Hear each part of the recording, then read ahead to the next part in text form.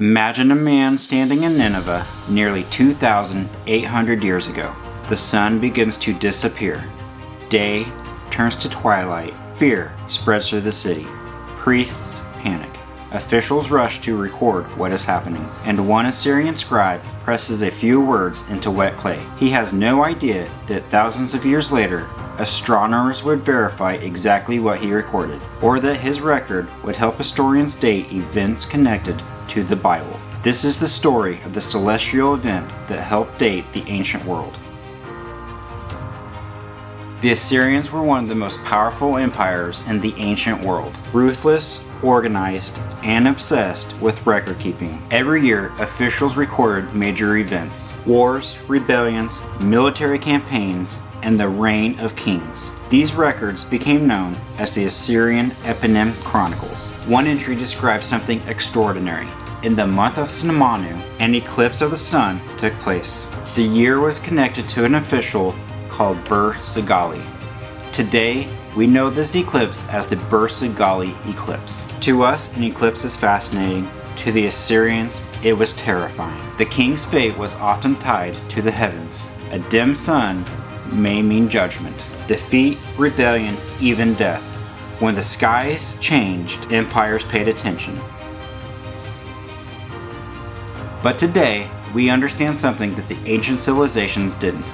Solar eclipses are predictable. Using astronomy and mathematics, scientists can calculate eclipses backwards thousands of years with incredible precision. And this is where the story becomes remarkable. The Assyrians left us a record, but records can be wrong.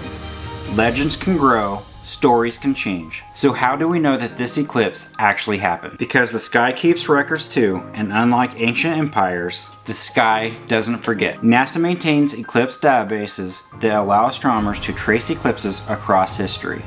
When researchers compared the Assyrian record to those calculations, they found an extraordinary match. A major solar eclipse crossed Assyria on June 15, 763 BC. NASA's astronomical system lists the event as a year -762. That's because astronomical dating includes a year 0. In traditional historical dating, the eclipse occurred in 763 BC. The result was astonishing. The Assyrian record wasn't describing a legend, it wasn't describing a myth, it was describing a real event that can still be verified today.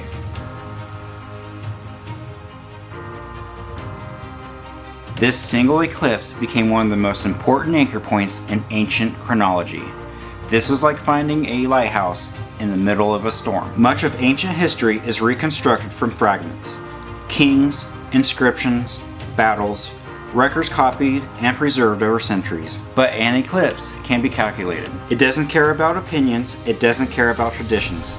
It happened or it didn't. And on June 15th, 763 BC, it happened. Once this day was established, historians could synchronize other events with much greater confidence. Assyrian kings, military campaigns, and neighboring kingdoms, and eventually events tied to Judah and Israel.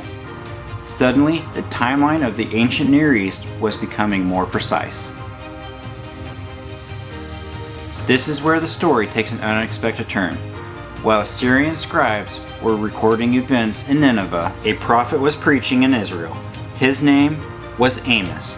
And in the book of Amos, we read these words: "I will make the sun go down at noon and darken the earth in broad daylight." Some scholars believe Amos may have been referring to the same eclipse recorded by the Assyrians.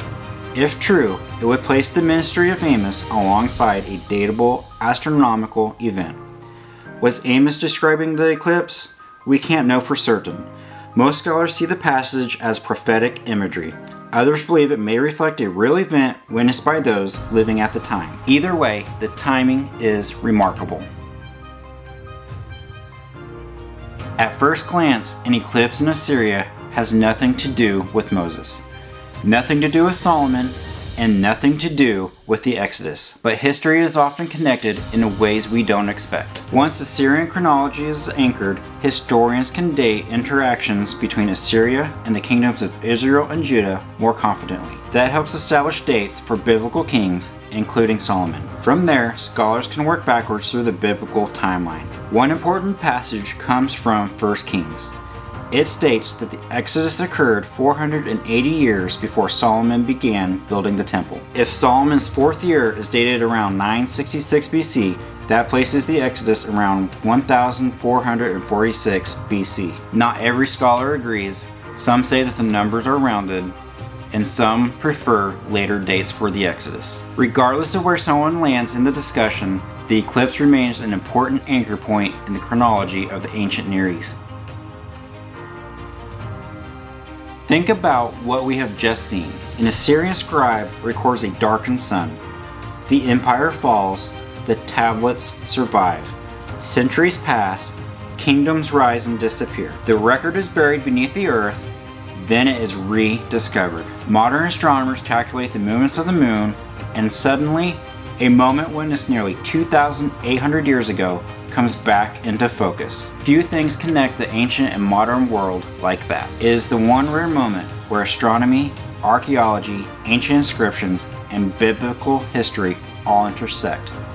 A shadow in the sky became a timestamp in history. The ancient world left behind temples, palaces, monuments, and even ruins. But sometimes it left behind timestamps. A record carved into clay and a clue that still helps us understand history today. The eclipse is gone, the empire is gone, but the record remains. And thousands of years later, we're still discovering where it leads.